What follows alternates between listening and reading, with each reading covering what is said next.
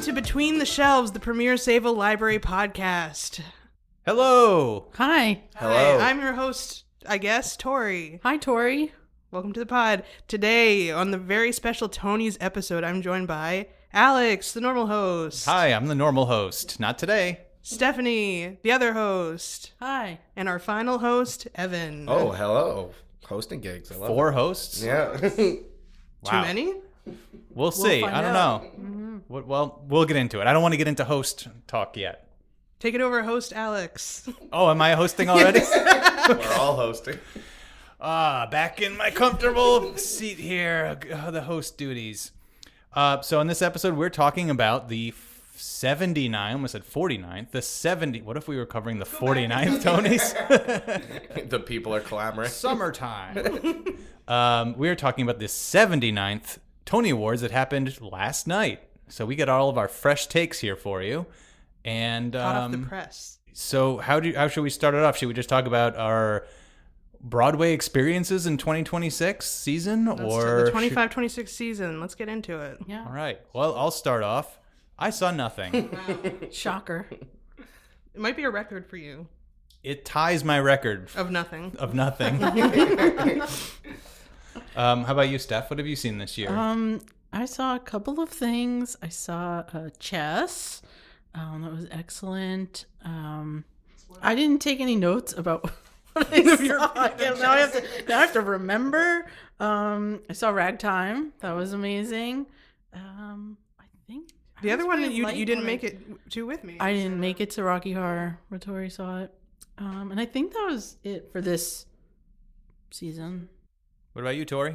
I saw a good amount of the shows because I'm counting the off-Broadway production that led to them. Because some of these, they didn't change much. So if we're counting that, I saw Titanic, Cats, The Jellicle Ball, Ragtime, Rocky Horror, and Chess. Wow. That's a lot. You gave me the impression that you had not. I guess that's a light year for you. Well, the whole the year... two off-Broadways you saw. I saw a couple years ago. Yeah, they weren't this year. It has been a light year in general, but notably, I have not seen like the heavy hitters that we will get into. Evan? I saw a few shows this year, but most of them were not involved. I saw Spelling Bee. They did like the off-Broadway production of Spelling Bee. It was at the New World Stages. I really liked it. I saw Moulin Rouge. And I saw Schmigadoon. So that was the big one that I saw, Schmigadoon. And I actually saw that yesterday. So that was exciting. Yes. And I think that is all that I saw this year. It was a pretty good year. Yeah. If we're counting non-Broadway, I did see other things. Yeah. Are we, though? He did. Okay. Yeah. We are. I am not the Broadway expert, but I thought I had read that this year there were very few new shows, actually, this season. Yes. I think did I list them out? I think there were Yes. like 5 or 6 eligible. So I wrote down all the eligibilities here. So for original musicals, there were 1, 2, 3, 4, 5, 6, of which 2 weren't nominated. Beaches and Queen of Versailles, which both were not well reviewed. And for revivals, there were only 2 that weren't included, which was, I don't know, Chess was nominated for something. Mamma Mia. I also saw Mamma Mia this year. Oh, but Chess was not nominated for Best Revival. Only 3 of the 1, 2, 3, 4, 5 revivals were nominated. But yeah, it was a small year in general.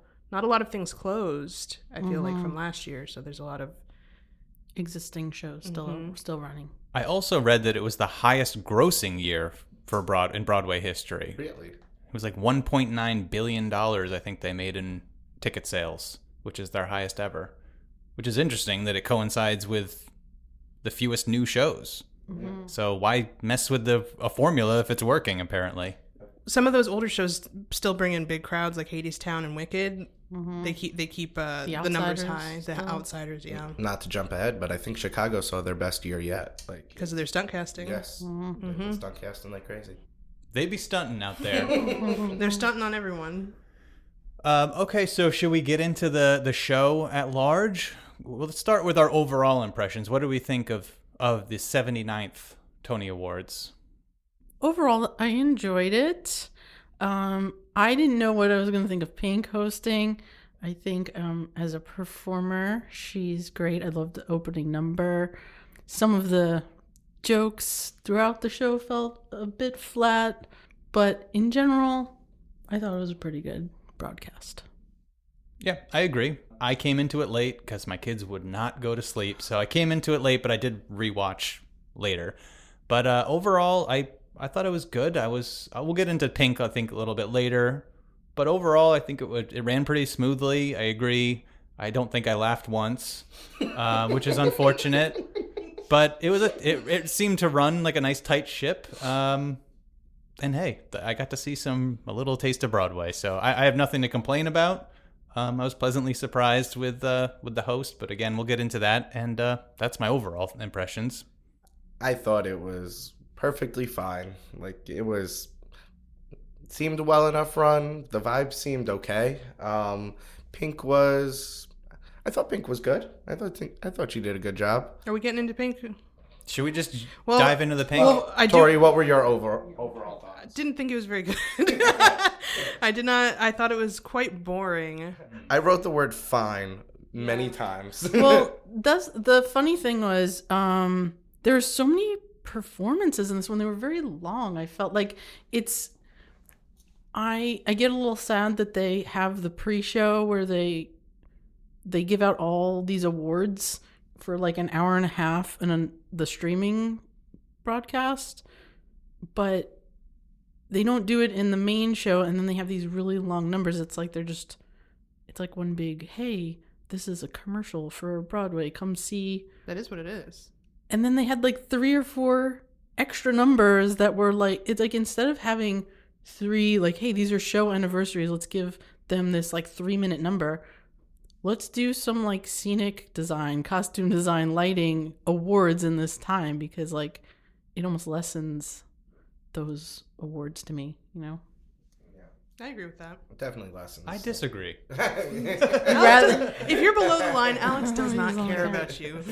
I mean, it's all about viewership. You know, if they have to do a 15th anniversary, which is weird, but if they have to do anniversary stuff, be like, look, Broadway's great. Remember all these songs that you love?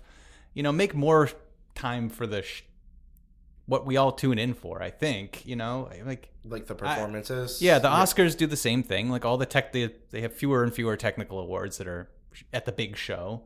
So I get why they're doing it. You know, it's a big billboard for Broadway is what the show really ultimately is. Yes. I don't know.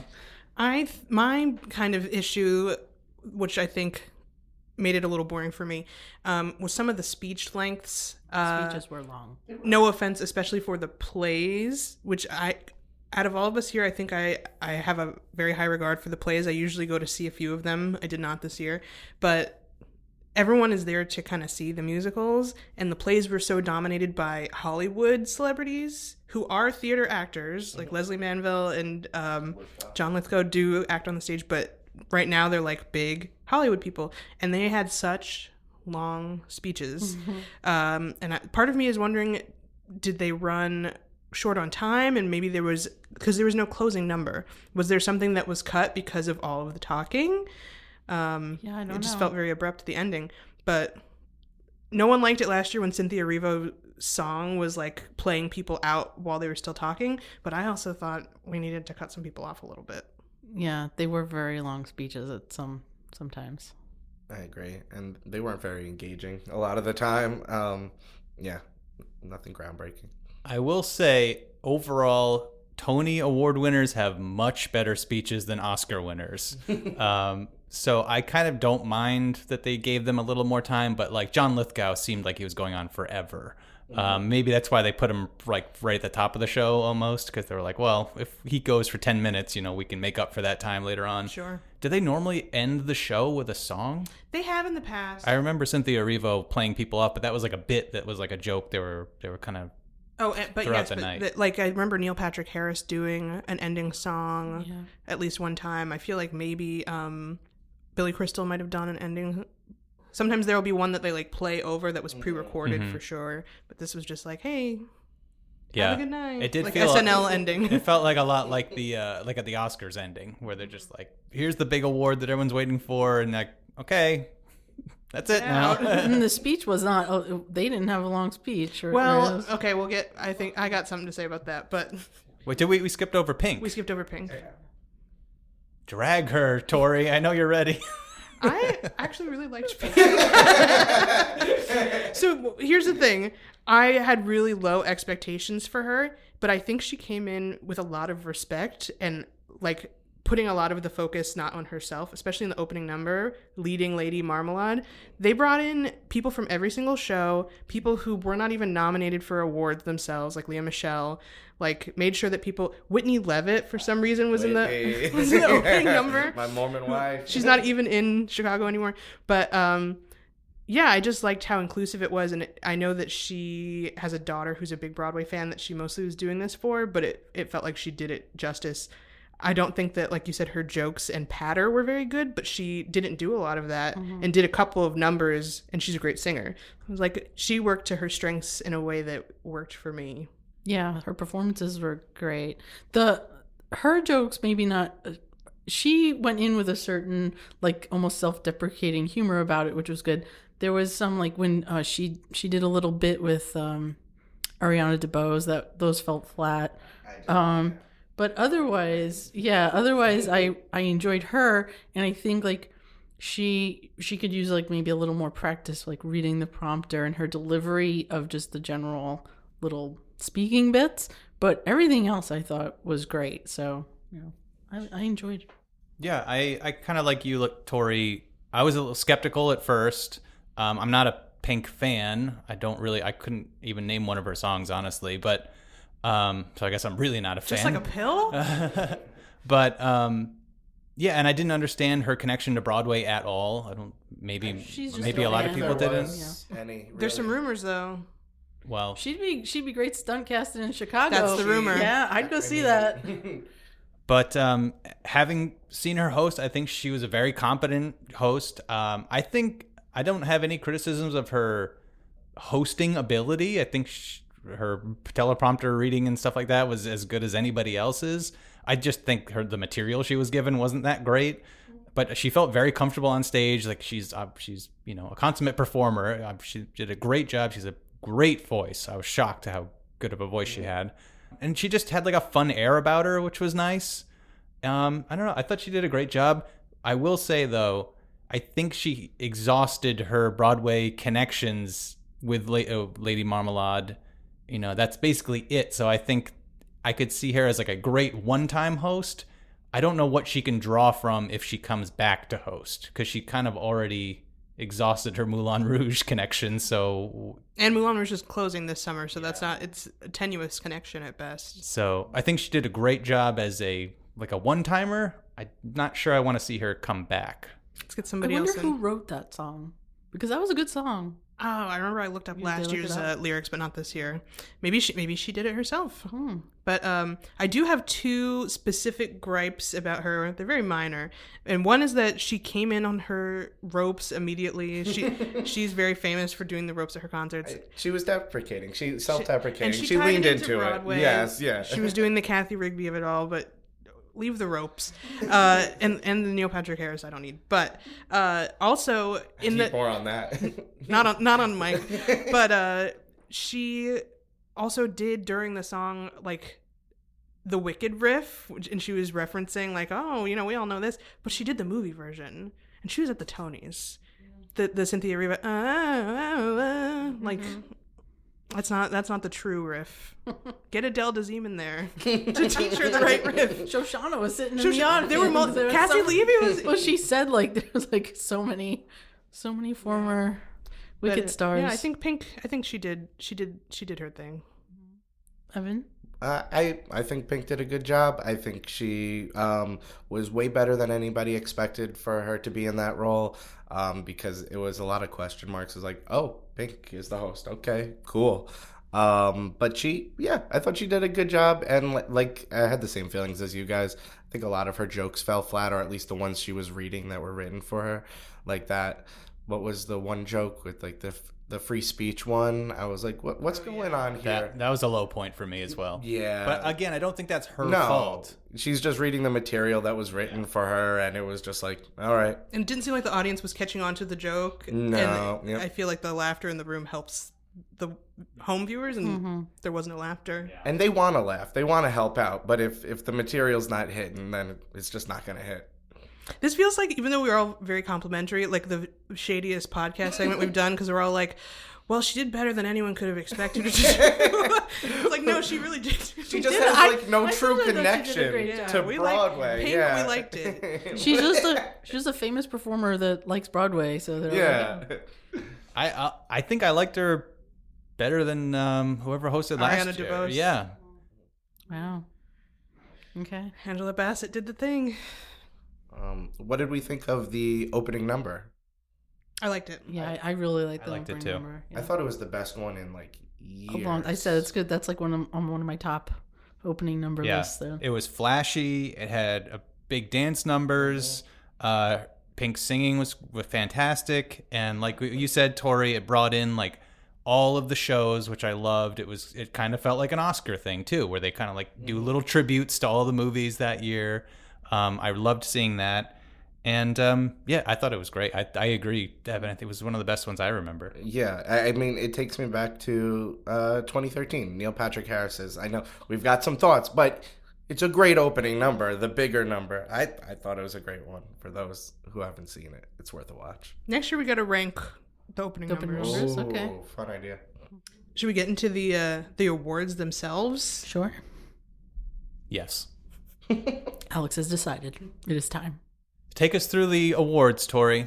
All right. So, Steph, I may have these in a different order than you, but we'll see how it goes. I'll make do. So, starting with a big category, best performance by a leading actress in a musical.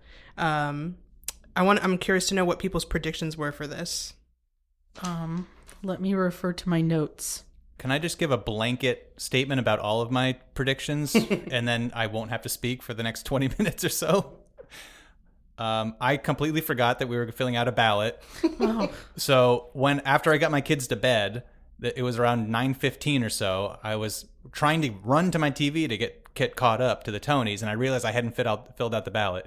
Now, I did not look at my phone. I did not turn on the TV. I filled out the ballot before I saw a second of the Tonys. So all of my predictions were done in a minute. So they were mid-show, but they were not influenced by a show. Correct. Yes. And as you know, I knew nothing about any of these shows going into this. That's the best part of it. So can you start by telling us who you picked for...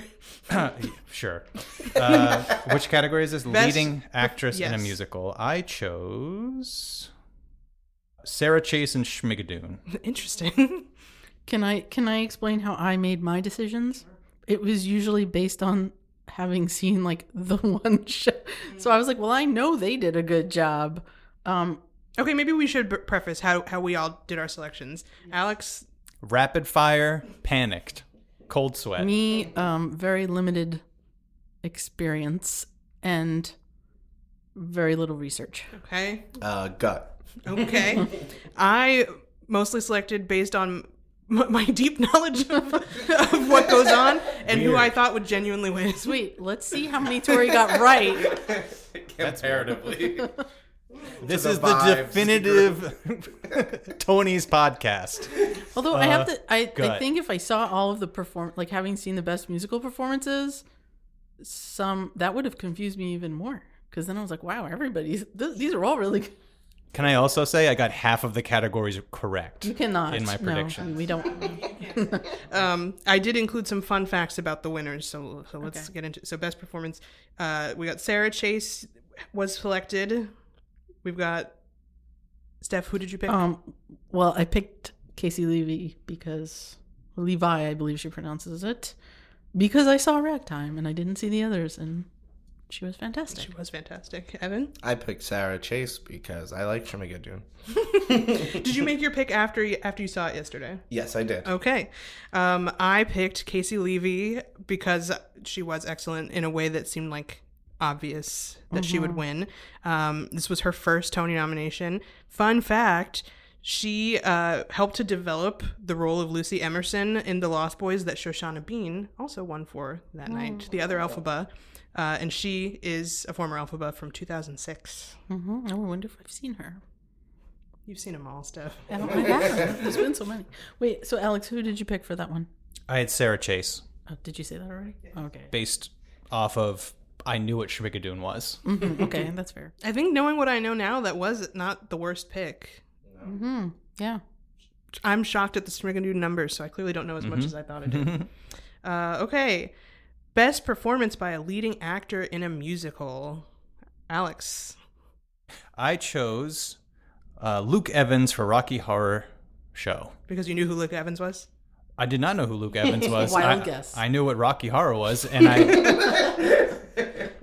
and that's it. All right. I knew it was going to be an interesting performance, and if it's nominated, maybe there's a reason for that. Well said. Steph? So I had my choice, and then I had two other choices because I've seen all three, and they were all amazing. But I went with Joshua Henry because he's like the ultimate amazing.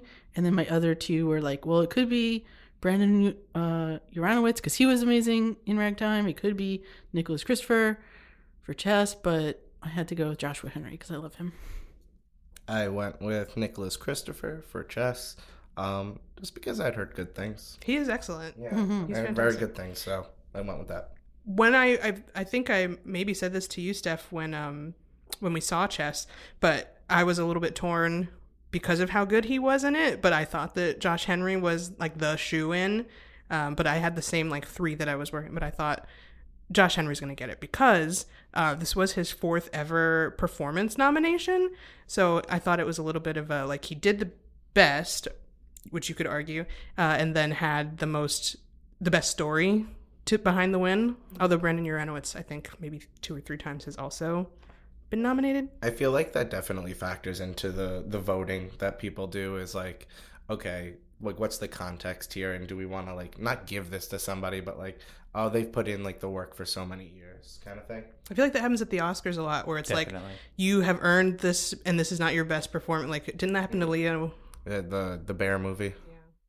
Yeah, Leo won for maybe his worst role in the last 15 years. But every other time that he was nominated, people were like, he didn't win. So I think that Josh Henry was kind of that, but he earned it.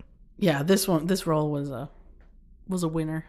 My fun fact about him, the actors for the same 2 roles, because the other one of the other leads in the show, Brandon Uranowitz, was nominated for his role as Tate.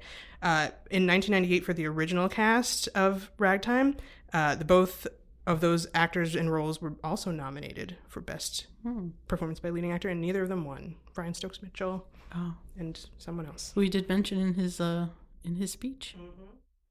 So this is a bit of a digression of a question, but I don't know if there's going to be any other point to discuss it. We brought up Nicholas Christopher and Chess. You guys both saw it? Yes.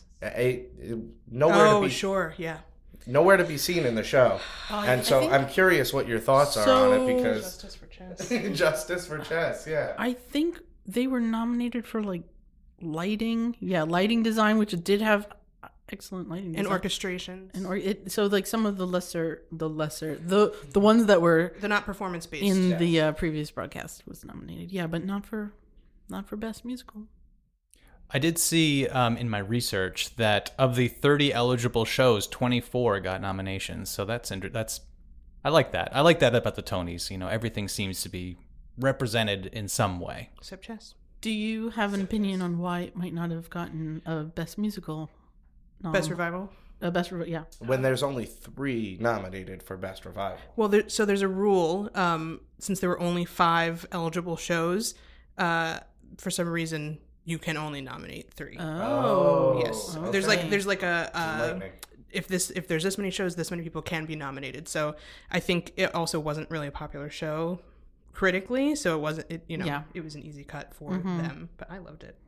Same. It was good? Yes. And what percentage would you say that the game of chess comes into the show? Like, A good percentage. A lot. That's cool. You don't need to be familiar with it, but the framework of the show is kind of like it's a big chess game, and it's about the Cold War. Okay. And there's literal chess on the stage. And they are chess players. They are chess players. But that's part of the problem people have with this show historically, which I could do an episode about chess. I could talk about it a lot. But the music is by one of the members of ABBA, and some of the songs were radio hits back in the 80s, but no one has ever really successfully done a staged production of it because the plot is so messy and difficult to move together. So every time they do a new production, they're moving the songs around, different people are getting the songs, they're changing the little plot details, and it never is received well, but the songs are all really solid and people like to listen to them. So this production is kind of the same. The show itself is not very good, but they got the best singers belting their faces off for 3 hours, and it sounds amazing, and that's about it. And the staging was very cool. That design was kind of it was fun to watch. How did Leah Michelle do? Wonderful. Really? Yeah, they were all great. Yeah. And I was excited to see JoJo. The singer JoJo was going to be Leah's replacement, and then they canceled the show before she made her move in there. Oh, so leave, get out, JoJo. Is the production complete, Chess? June 21st is the last day. Go out and see it, everyone. Wow. Oh, I don't want Tomorrow. Father's Day, Alex. Go see Chess. That's what he's going to do. It sounds the most appealing to me of most of these shows, I will say. If you like rock music or pop music and that's it, chess. then, yeah. And chess. I love the Cold War. History buffs. Yeah, go see it. So, next category, Best Performance by a Featured Actress in a Musical. Who did we all think was going to win this? I picked Nichelle Lewis. Really? Yes. Interesting. Well, because I saw. That's true. I Oh, saw yeah. her. Oh, yeah. I forgot your criteria. Was I surprised that Shoshana Bean won? No. Shoshana Bean. Ooh. Because you've heard of The Lost Boys. Correct. Mm-hmm. But not Shoshana Bean. Correct. Although he did see her last year. We'll get to it. Hell's Kitchen. Yes, Hell's Kitchen. 2 years ago. Mm-hmm. I went with Rachel Dratch because Really? This was a pure gut one. I was like, oh, people really like her, and maybe like I didn't know how she did in her performance, so I threw it out there. I did pick Shoshana Bean. Even though I did not see this show. Rachel Dratch, God bless her. Well, you saw the show. I saw the show. I had asked your opinion. So she's the narrator, which I think in the movie Rocky Horror Picture Show is combined with like the professor guy, right? It's the same guy, perhaps? No, it's not. They show a different actor. So she just kind of appears every once in a while to literally narrate what's about to happen on stage. She has some fun like things where she pops in, but she's not a singer really. She doesn't dance. Her strongest suit is that, there's call outs that people do at Rocky Horror, and she is good at improv. So she is good at responding to the call outs or like calming them down. But I don't know if that's really Tony worthy. Best performance. No. Yeah. Okay. Especially when you're up against some heavy hitters. Anna Gasteyer. Anna Gasteyer, another Elphaba. Oh my God, I forgot. Well, she's got a good voice. You wouldn't know that she's got the voice from her comedic SNL days or whatever. I think she did sometimes sing on there. But yeah, so Shoshana Bean, her third nomination. So I feel like this was also kind of, they felt like it was owed to her a little bit, that kind of a situation. And she was an Elphaba in 2004 to 2006. So you may have seen her, Steph. I've looked up all of the Elphabas before that I've seen. I feel like it's none of the above. So next year we have to rank opening numbers. You have to rank your Elphabas. Okay, yeah. Best performance by a featured actor in a musical. Ali Louis Bourgui? I have no idea. Yep. Is that close? No. Okay. I went with Andre DeShields. Mm-hmm. I went with him. I like him. I like him in everything I've seen him do. I like his voice, and I have a soft spot for cats. So. Mm-hmm. I went with Bryce Pinkham for chess because I saw that, and I remember thinking he was really great in it. And yeah, I was not correct. I picked Ali. I picked him. What was that? I'm sorry, say that again. Ali Louis Bourgui. Bourgui, definitely.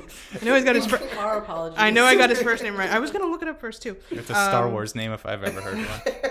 But The Lost Boys is the new Outsiders of Broadway, in that it is the stand attractor for teenage girls. That makes a lot of sense. Honestly, I was surprised that they didn't like sweep. Like, I thought like, oh, they're gonna win every, like, there's gonna be one show that wins them all. But it was really scattered. Like, It was kind of between them and Schmigadoon.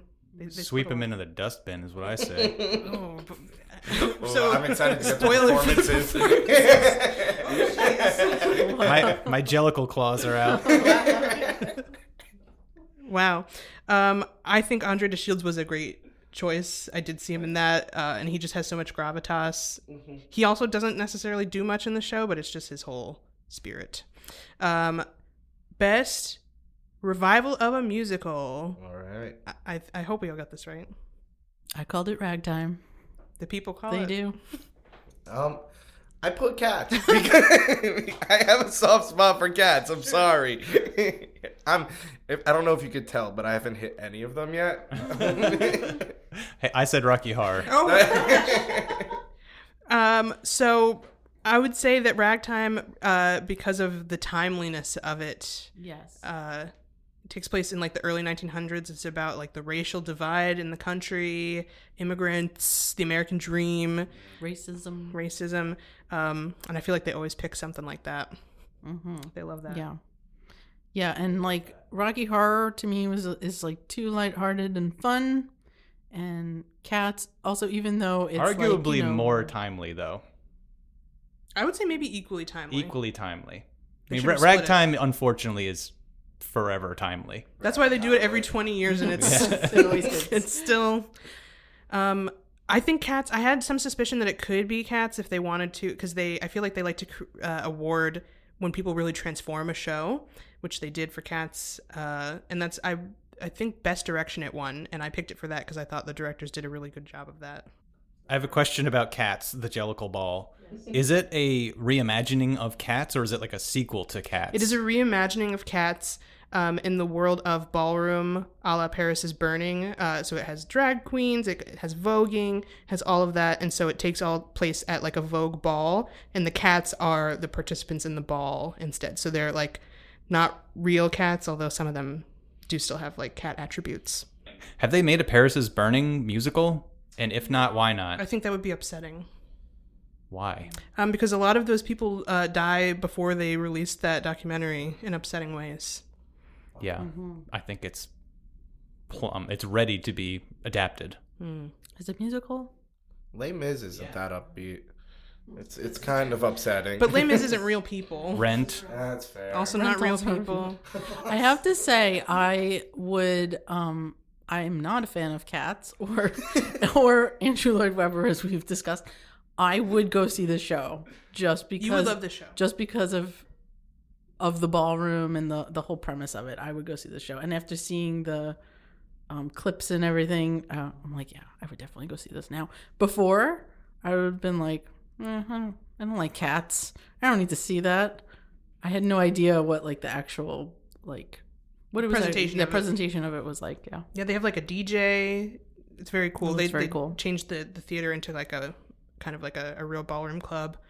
Very cool. What did we think of the? Are we getting to performances yet? Like, what did you guys? Well, think hang of on. it?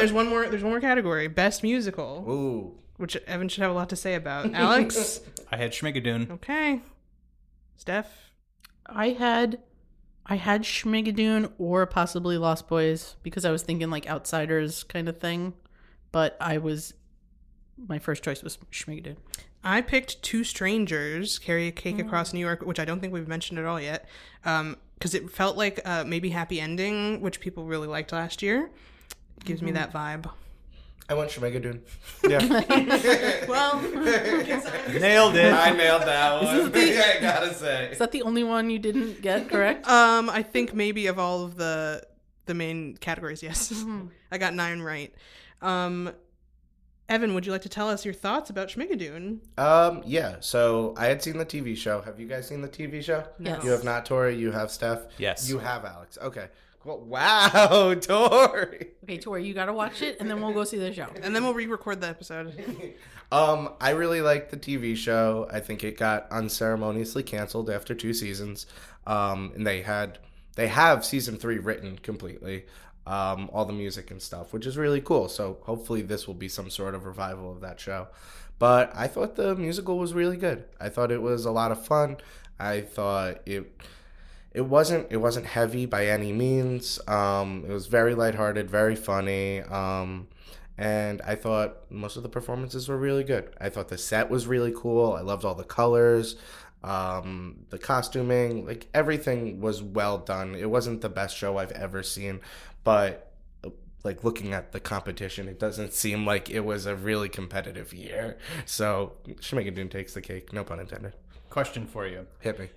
As a fan of the show, Yeah. and having only seen one performance from the Schmigadoon Yes. musical, Yeah. it seems like it was a 1-to-1 remake of the first season of the show. Is that correct? Almost completely. Yeah. That's unfortunate. So I think they wrote it as a musical first, and then Apple bought it.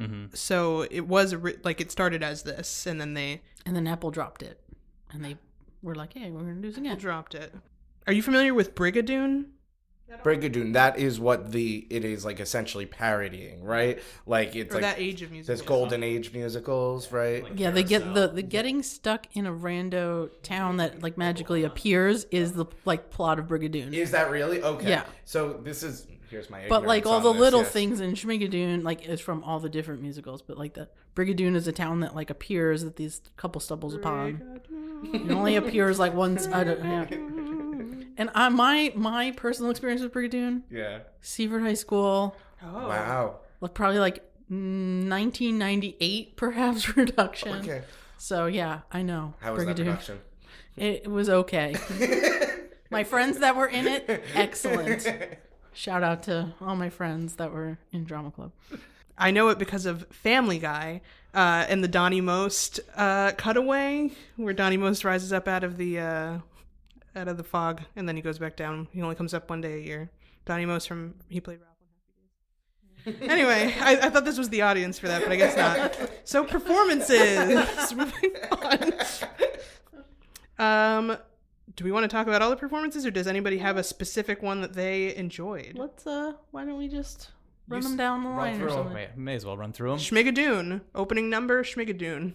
I enjoyed it. I thought it could have been I thought it was good. But it wasn't my favorite number from the show. Okay. I enjoyed it. My only critique of it was like I said, a 1-to-1 remake of the show. Like I remember that episode. Yes. That was exactly the same. So I hope there wasn't a lot of that, but It was very much just the show. Yeah. Condensed into like the 2-hour format. Like that is what it was. And live. Yeah, and live. So and like I'll save $1,000. I already saw it. that being said, I don't know what the ticket prices are now, but for the 2 tickets, it was $100. So it was as good of a deal as you could get. And some of the performances were really good, but like some of like Kristen Chenoweth, like you couldn't beat her performance in Tribulation when she does it in the show. Like it's the one take number where she's the lead, and it was good in the show, or in the production, but in the show I was like, I preferred the TV show version. Yeah. Mm-hmm. So if you haven't seen the TV show, maybe you should see the stage show first. Maybe. I would have liked to have seen more of Anna Gasteyer. I realized that that's like the introduction of her character in the musical in the show, but I could see just from her brief one line that she probably has a very funny role in the musical. So She was really good. Yeah. And Anne Harada, I assume, also very funny part. Who does she play? I don't know any of the characters. I just know Anne Harada. I don't know the name. Oh, well. I actually would like to put out a blanket critique that I had for all of the performances, or a pet peeve. I think that they were all cowards a little bit because they all did like maybe the opening number or just the big group number, which I like that they want to include the whole cast, but sometimes it is more eye-catching and entertaining if they pick like the song or a song, not the 11 o'clock number, but something more interesting. I don't know Schmigadoon well enough to know what that would be, but a couple of the other shows I had specific ones where I'm like, you should have done this. Mm-hmm. Yeah, we'll get to it. The corn pudding number could have been a lot of fun. They do a big song about corn pudding.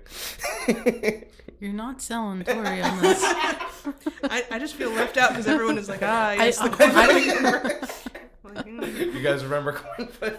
I actually don't remember. I'll have to go rewatch it because I don't remember all the numbers so well. Yeah. Sing us a bar or two. Nope. No. All right. Ragtime performed yet again the opening number called Prologue Ragtime. Can I just preface this with Adrian Brody's intro was so bizarre, and they had like a lead up to it pre-commercial break, like it was gonna be some Adrian Brody is gonna introduce this, and then he's just like, oh hey, here's Ragtime, and it was like weird. I really wanted Adrian Brody to bring back his character from his musical guest introduction on SNL that got him banned from the show, where he's a Jamaican man. I wanted him to bring that back and do it. I think it's been enough time. Lauren was there. They could mend the bridge. When will we learn as a country not to put a microphone in front of Adrian Brody? Put him on stage in any capacity. Like, why was he even there? We were was at a Broadway texting. show. Oh, he was? Okay. Because we were texting, like, guessing why certain people that we saw in the audience were, like, present. And then, they're introducing something later on or whatever. But, yeah, I didn't realize he was in a show. He's done some plays, like, in the past few years. What was Paul Rudd's context? I believe he produced something. And he's Paul Rudd. He could do whatever he Which wants. I figured was the basis, yeah. But I would say, okay, back to the topic. The performance of Ragtime was amazing. Always gives me chills. And it did. They did have to cut it down a little bit. They cut out some parts. I think here's one of the cases where I have an opinion. They could have had Joshua Henry like do a medley, and then he does Wheels of a Dream and show why he won Best Actor. He doesn't really have a lot in that song because it's so much a group. It just establishes the story and the setting a lot. Mm-hmm. I liked the performance. It didn't blow me away though, and I also don't have a lot of the context of Ragtime. I've never seen the show. I'm only familiar with it through like literally this clip. So it didn't like overly sell me on the show, but it did watching it, I was like, this would be something I would enjoy seeing. So it neither here nor there. I liked it. I have to say also, like, it's performed in a very small theater. It's a very like intimate setting, cool. And being in the audience for it when the whole ensemble is singing that song. That's why like the chills came back, even though I'm not like live. By the end of it, I had like goosebumps because it's almost like I remember sitting there and like the sound kind of is just like it's overwhelming sometimes. Like hearing them sing live in that theater singing this show.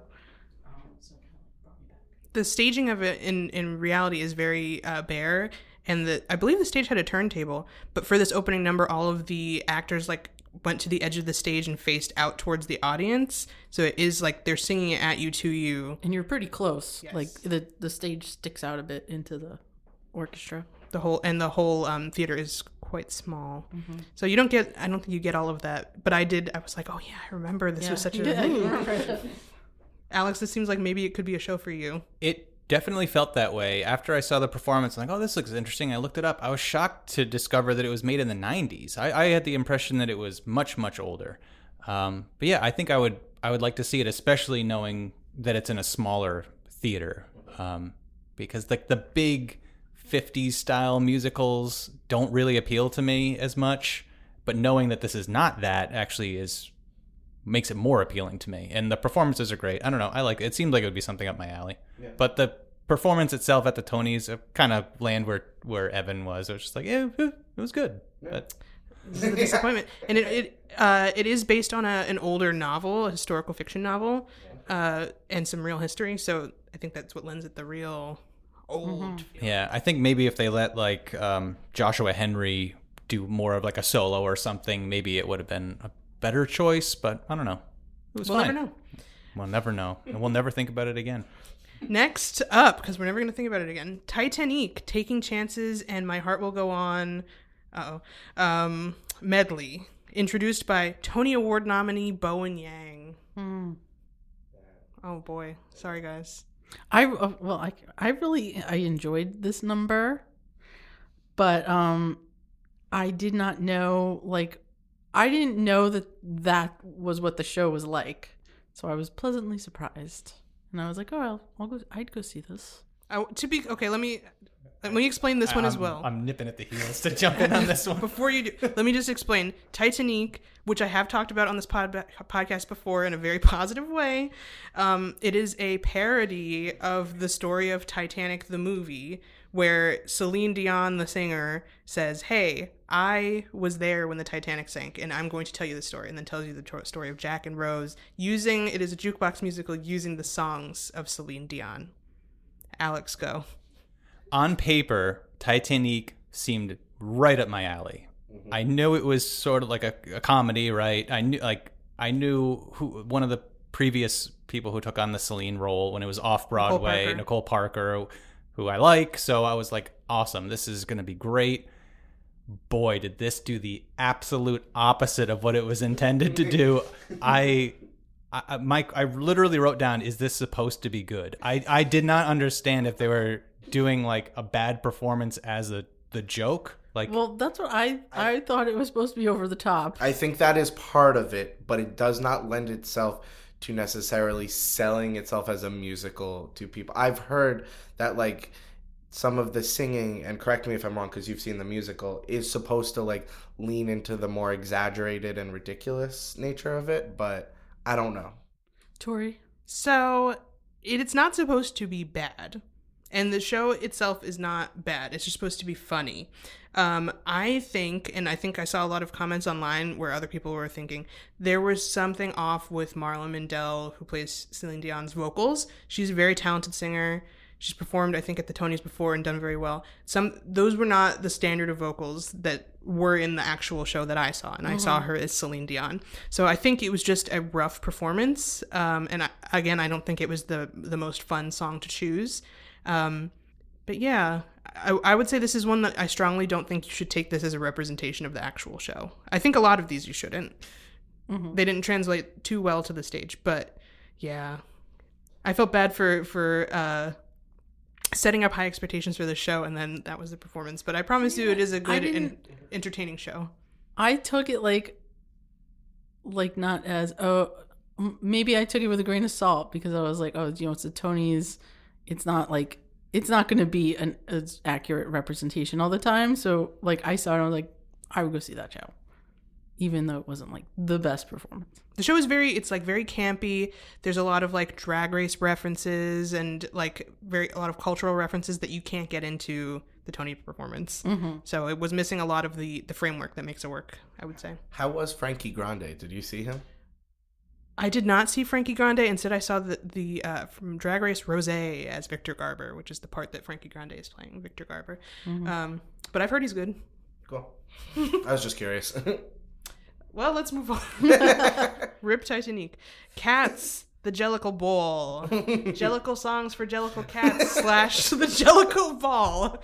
I love Jellicle. Introduced by Tony nominees Lena Waithe, Law Roach, and Jeremy Pope. Tony nominee Law Roach. That's crazy. Well, this is another one where I was like, yep, I would go see that too. There's I would pretty much go see every show I think that was nominated. And that's a first for me. Even Lost Boys, because that's not usually my style. But yeah, I really enjoyed this one. I've had my fill of Cats for my life. You saw it, right? I've never seen Cats. Mm-hmm. You saw it on Broadway. Oh, no. Oh, you saw the movie? tape? Yes. Oh. The movie? The pro shot? I've seen every recorded version there is. Multiple versions. And still not... I am satiated. I've had enough Cats. Thank you. Weber, goodbye. Even now knowing the reframing of it... Absolutely hit at my limit on Cats. Even just to see the ballroom of it all? Done with Cats. I don't know how else to say it. How can we convince him? I don't think we can convince him. He's being very direct. I thought this was the best translation from stage to screen out of all of the performances. I wrote down that I thought it was the best performance of the night. I thought it was creative. I thought it was something different while also still being the same thing. Like they changed it in a way where I'm like, oh, this is a fresh look at Cats, which... I don't hate Cats. Yeah, and so... Can I just jump in? I don't hate Cats. I'm happy it exists. It's eccentric. I love it. I was going to say it's absurd. I Memories, Jellicle Cats, great songs. Jellicle Cats has been stuck in my head since I saw the Tonys. It's a great song. I can't deny that. I'm happy it exists. I just Thank you. Cats does get a lot of hate. Like it gets like a lot of mainstream. Like People love to pile on Cats. Yes, and so It's a great feel the show. need to defend it a little. Every sometimes. iteration Yes. is a great show. I'm here for its existence. I do not hate cats. I've had my fill of cats. Thank you. It's like a rich cheesecake. I'm like, that's enough. Thanks. That's a really good comparison, actually. Yeah, that is how I feel about cheesecake. It is rich and it's full of... Okay, so we've got it on records. Alex hates cats, would love it to be canceled. Two strangers carry a cake across New York. The songs New York and American Express. Thoughts? I was underwhelmed by the performance, but I was like, oh, I'd go see this. It wasn't like the most exciting, I think, performance for me. I had similar feelings. I was like, with a limited budget, I'm like, I don't know if I would like pull the trigger on this one, unless there was like a good deal that I saw. But I know that if I saw that show, I'd be like, that was nice. That was nice. And yeah, it seems nice. I appreciate. I took a note. I appreciated the Home Alone 2 joke. I thought she was good. I don't know her name. Christiane Pitts. Yeah, I thought she did a good job. And was nominated for it. Alex?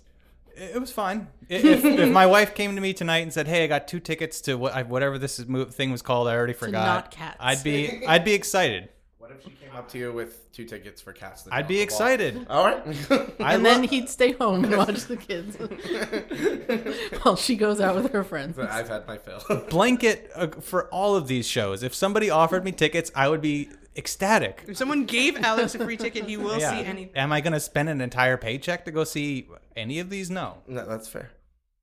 I thought this was fine as well. I did listen to the whole cast recording of this. Some of the shows don't have cast recordings yet, and I think that's a crime. Weird.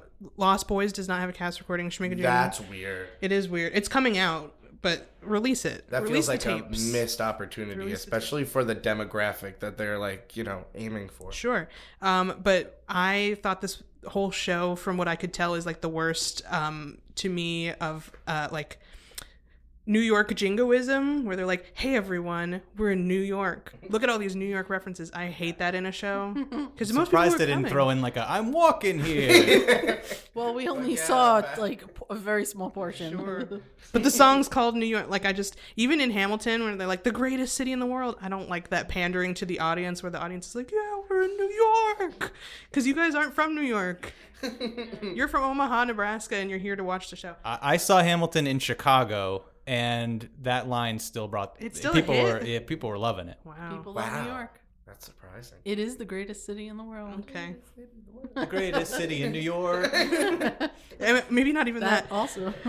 I don't know. It just makes me cringe in a show. So this show, I don't think is for me. Okay, next, the Chicago 30th anniversary performance, which was a mashup. When You're Good to Mama, Cell Block Tango, and All That Jazz, with a ton of guest stars. What do we think about this? I thought it was good.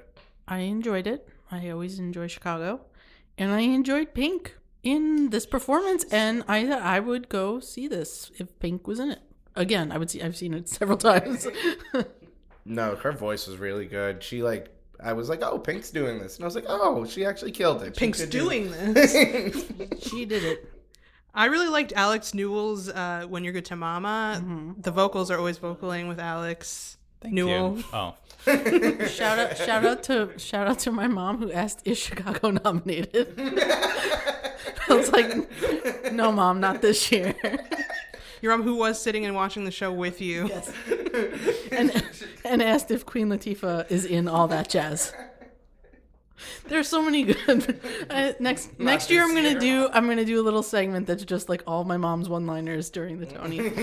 But no, Chicago is not nominated this year. If anyone was wondering. I was happy to see Queen Latifah though. Did Alex give us his opinion on? I'm starting to feel overrepresented in this conversation. And Alex, what did you think? I'm not the biggest Chicago fan. It's kind of mid for me in terms of like my ranking of musicals, but I thought that it was a great performance. I loved all the guests coming on. It was fun, and Pink did a great job. It was quite fun. Next was Rocky Horror, Sweet Transvestite, and The Time Warp. Okay, I thought that this performance was good. I thought it was a good performance of Time Warp especially compared to like the live TV. Or yes, the live TV and like recordings I've seen people do of the production that's happening right now. Oh. Yes. So I'm curious, after we go through our opinions, what your opinion, Tory, was on the show itself, the production. Well, I'll speak last then. Alex, what did you think? I am a big Rocky Horror fan. I love Rocky Horror. I've seen the movie half a dozen times. I've seen it live. I've seen it performed live. Love Rocky Horror. And I feel like this was my Cats moment of like, all right, I've just hit my limit on Rocky Horror. I'm full. It was fun. It wasn't the best staging of Rocky Horror I've ever seen, but it was fun, and I think I'm good on Rocky Horror for probably 10 years now. Okay. That's fair. I still want to go see it, and I thought it was good. I think I didn't really need to see the time warp. I agree. Like they could have just done they could have done anything, but I didn't need I feel time warp was kind of like the obvious choice, maybe. We've all seen time warp. I have to say I was surprised that there was so much shown on CBS. I was just like full booty of that I was surprised that they let all that air, but I wasn't mad about it. I thought this was a disappointing choice that they did the time warp. Like that's like a top tier boring choice to me. But I guess they thought the audience would really get into it. I liked that they gave Luke Evans' Sweet Transvestite as like a solo because no one else did a solo. But there's definitely more exciting songs. I guess it would be a spoiler if they did I'm Going Home, but that would have been a fun moment. Yeah. But to answer your question about the production, I thought it was really good. Cool. It's not like, it doesn't take itself seriously. It's very fun, which is, important to have some things like that. And I think a lot of the fun of it is in the staging and the set, and they decorated the theater. There's skeletons everywhere. There's like puppets in the show, and they couldn't bring all that to the Tonys. So this is, again, I think like they needed to find a better way to translate from stage to screen, and they didn't quite nail it. But Luke Evans, especially in the actual show, quite good. Like worth seeing as a Frankenfurter. And the time warp, they bring people up on the stage as well. Okay, and it works well? It does. There's a lot more energy. I think, this isn't like a high energy place to do something like that song. Many of those folks have been there for hours on But didn't they grab some other actors and was that the song that they pulled some people out of the audience? I'm not sure about that. Wasn't like Bowen Yang up on stage? He probably was. Yeah, he was. And so I think that was during that. But also something I would like to shout out that I really liked about this, and Titanic I found out later as well, they brought like all of the swings and understudies on as well for the performance. So that truly everyone was at this Tony's except for Aaron Tveit. But hey, we all thought this was fine. Sounds like it was good. I thought it was good. The In Memoriam, Leslie Odom Jr. singing Without You from Rent for also the 30th anniversary of Rent. I can't even, I love him. I love that song. I love that show. It's one of the best songs in the show. And I think it was a great In Memoriam song, and I think it was an amazing rendition of it with the strings and his voice. I said to Tory while it was happening, I've never heard just, because it's a duet, I've never heard just a guy sing the whole song, and his voice is perfect for that, and I think it was amazing. I didn't see it. Oh, what? Yeah, Skipped? Go. I didn't skip. There was my 2-year-old was stirring. I had to go address it. I missed it. I recommend you go back and watch. I love Leslie Odom Jr. And hey, if you like Robert Redford, he makes an appearance. Wow. As a ghost. Yes, a hologram. You bring him up. Tupac.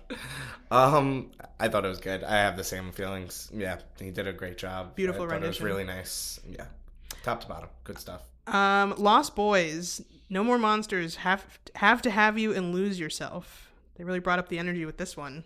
Mm-hmm. I didn't know much about this show, and it really put it all out there. I was like, wow, I really didn't know what this was about. And Were you familiar with the movie at all? not really. No, I am like Lost Boys. I thought, is it not a Peter Pan thing? Kind of. Okay, I'm culturally unaware here. It's a vampire movie from the 80s. Okay, and did we like the movie? Have we seen the movie? I haven't seen it. I have not. I don't watch vampire things in general. I would like to dig deeper into that. I'm a little scaredy cat. I would go see this because musical vampires scare me less. Okay.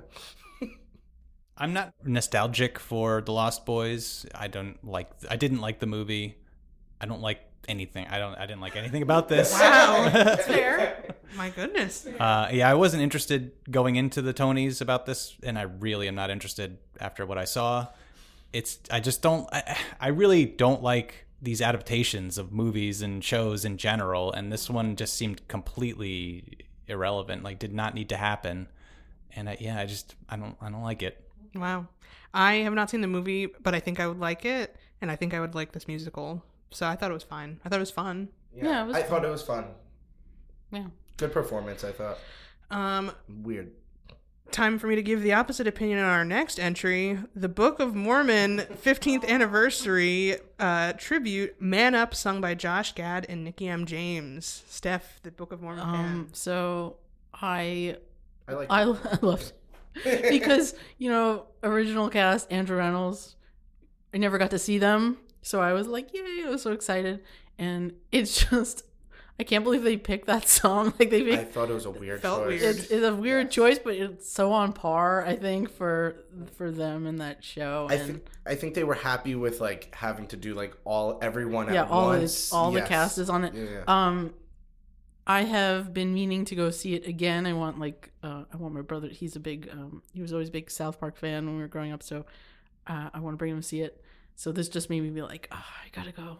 Gotta go see it again. I loved it. I've seen Book of Mormon twice. Wow. Yeah. It's fantastic, and it was so good. And I liked the song choice. I thought it was great. What I can't even think of a better one to do. That's how they close. That's how they go to intermission. They usually do "Hello" or "I Believe" because those are like. Yeah, but the more I would nice. love to see Turn It Off. What a great musical! It's so good. I thought Josh Gad was great, and he sold it. Yeah, I like Book of Mormon. I've seen it 3 times. There was a point in time not me. where I didn't pay. I won the lottery. I kept winning the lottery. I kept winning it. Yes, and I was like, I guess I'll see it again. Anyway, Tory. Can you believe this guy? yeah. I'm actually the biggest Book of Mormon fan here. I don't care about Book of Mormon even a little bit. I care about it like maybe even into the negatives. I don't like Josh Gad. I don't like Andrew Reynolds.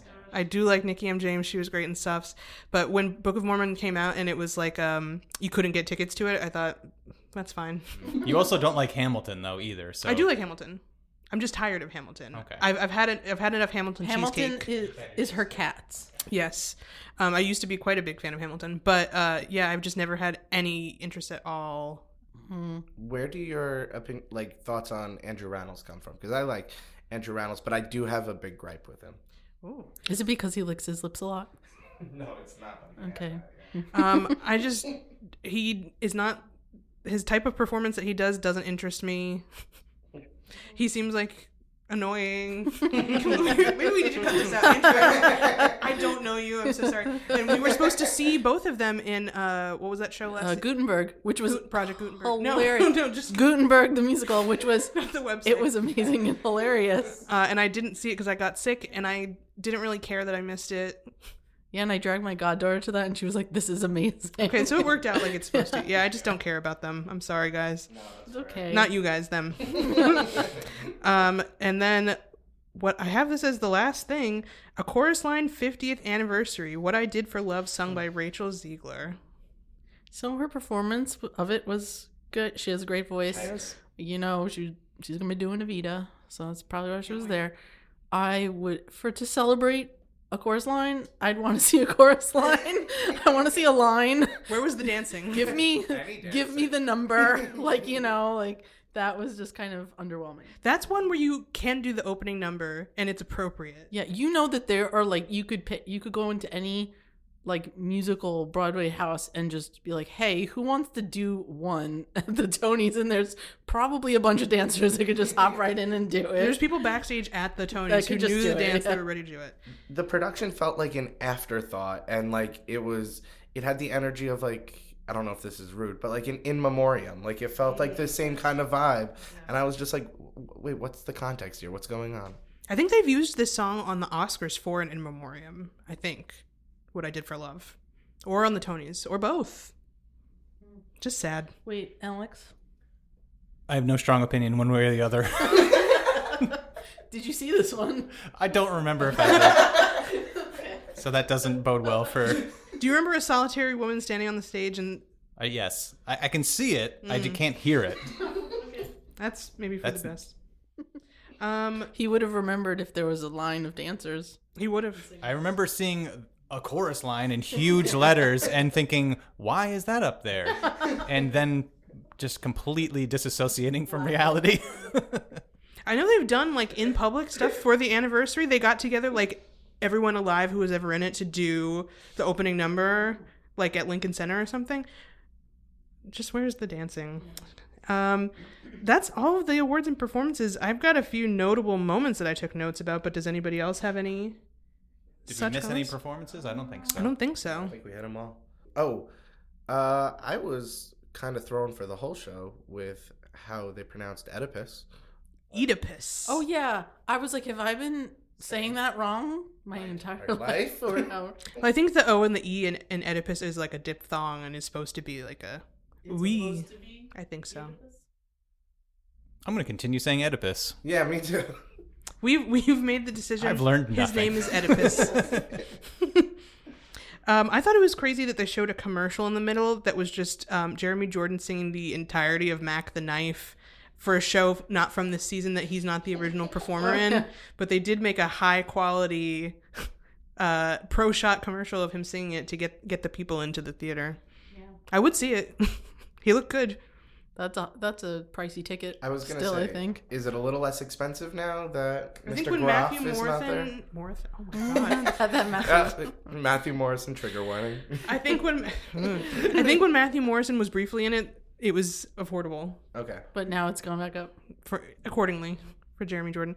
Speaking of ads, also, like, before the 1 minute before the show started, they showed a huge ad for Death of a Salesman, which I don't think really needed an ad, but some of the ads I thought were crazy. Most awards of the night. That just reminded me, I did enjoy for the Chicago number, the Hot Swish 6, and they had Cedric the Entertainer in it, and I was like, yes, because he's in a show this season that didn't get very many nominations and a play, and I was just like, oh, I was happy that, like, he got included in something because He was there. Yeah, he was there. He was in Joe Turner's Come and Gone, which got a lot of technical. And I think we're checks notes for one of the supporting, I think, actors. But did not win anything, I think. Yeah, Ruben Santiago Hudson. There's a reason I taped down all of these papers, because the fifth graders are like... I'm very low tech today. Okay, with my clicky pen. I haven't been taking notes. Thank you. I also liked Titus Burgess and Laura Benanti, and he couldn't read the teleprompter. Yes. What is going on right now? So they were very good. I did watch part of the previous the streaming broadcast. They were very good they hosted together. it, right? They hosted it, and they were very funny. And they were very good. I would be super happy if they were brought back to do a whole Tony thing. They're funny together. And that was what did she say? Just squeeze pinch it open. Pinch zoom it. Titus would be a great host next year. Yeah, I think so. I would love to see that. Or just going forward. Just have him do it every year. Yeah. He could be like the Conan to the Conan's Oscars.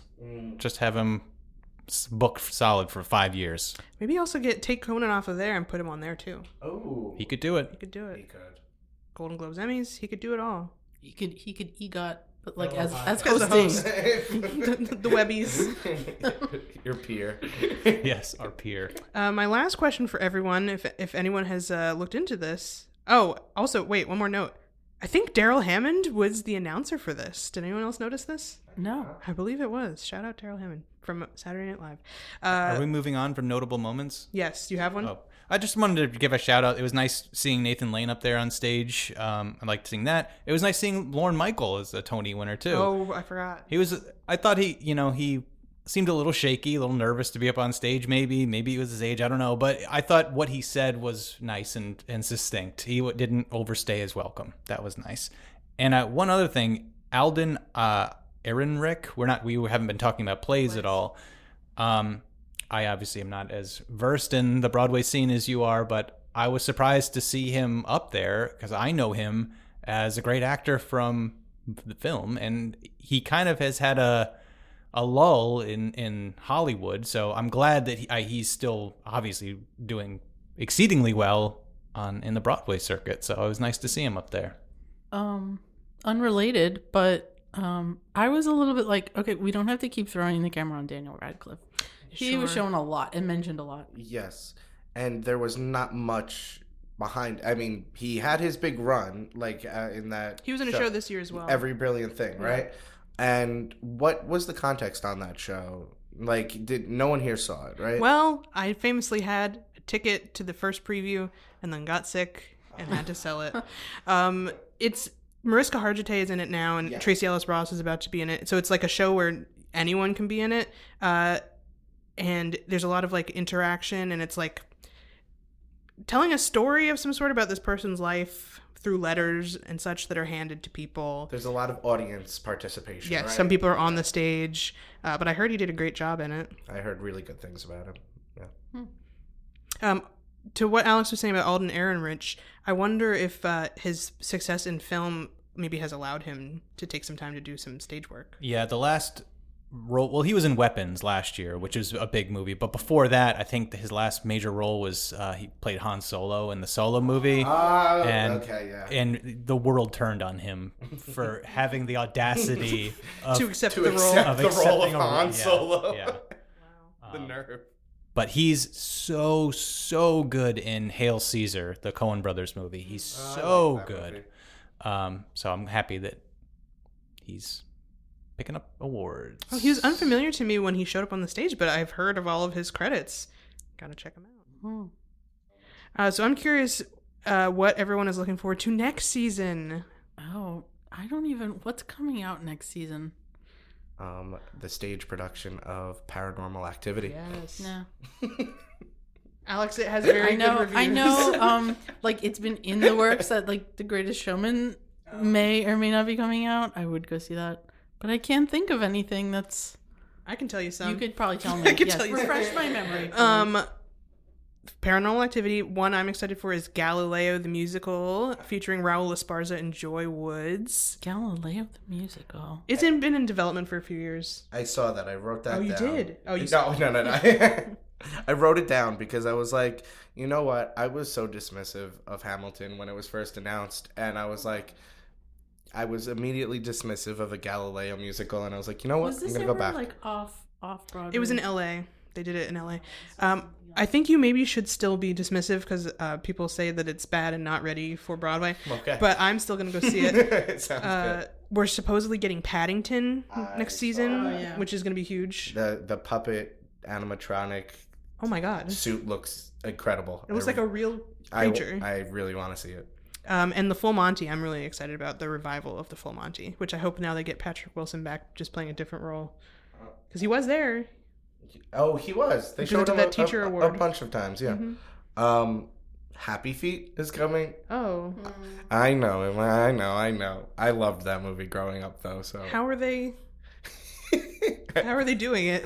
It's a great question. Put Daniel Radcliffe in it. I think he'd do well. And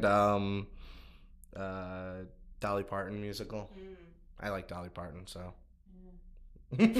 So I'm not going crazy. I did see Galileo musical off Broadway like 10 or so years ago. My friend's boyfriend was in it. You saw it? Yeah, we went to see him in it. So I wonder if it's that reworked or if it's just completely different. I wonder too. Now I gotta find out. What were we talking about before that? Dolly Parton? He mentioned that he's looking forward to the Dolly Parton. I'm looking forward. I don't love those like biopic musical things usually. While you were talking, I was Google searching 2026, 2027 Broadway season. Nothing means anything to me, so I'll be surprised. I'll be happily surprised, like I am every year. When the Tonys come in and you see it for the first time. Exactly. Paranormal Activity does kind of seem interesting now. I've heard I've heard that they get it to be quite scary, even though it doesn't seem like it would work in a theater. People are like, how do you get scared in a live theater production? They're like, they actually did a pretty good job. So I don't want to find out any more. The secret is real ghosts. I mean, all those theaters have to be haunted, right? Oh, sure. Don't tell me that. I'll never go. Haunted by the ghost of Carol Channing. No. Ooh. The Phantom? He's got to be there, right? He's probably there. He was in Coney Island. Oh. He might not make it over to... Off Broadway. Too far away. Well... Oh, yeah, I'm hosting.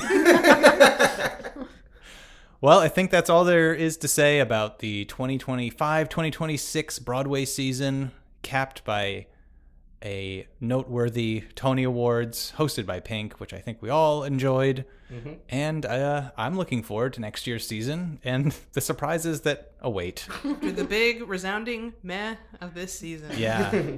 So thank you all for joining me, Evan, Tory, Steph. Thanks for having us. Thank you. And we'll check you next time. Between the shelves.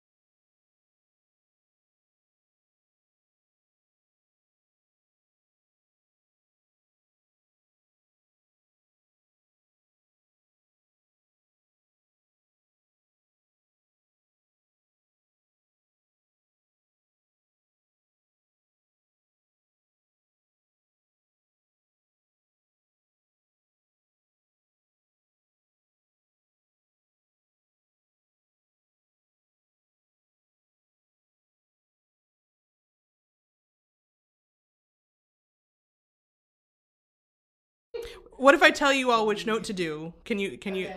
So you do big clunker, big. We can't I forgot what we were doing. Between Can you imagine the shelves. if that's the first time we ever drop that on an episode? We just end with big It's the clunkers. last episode. Speaking of Dolly Parton musicals. Oh my god. I think we gotta go.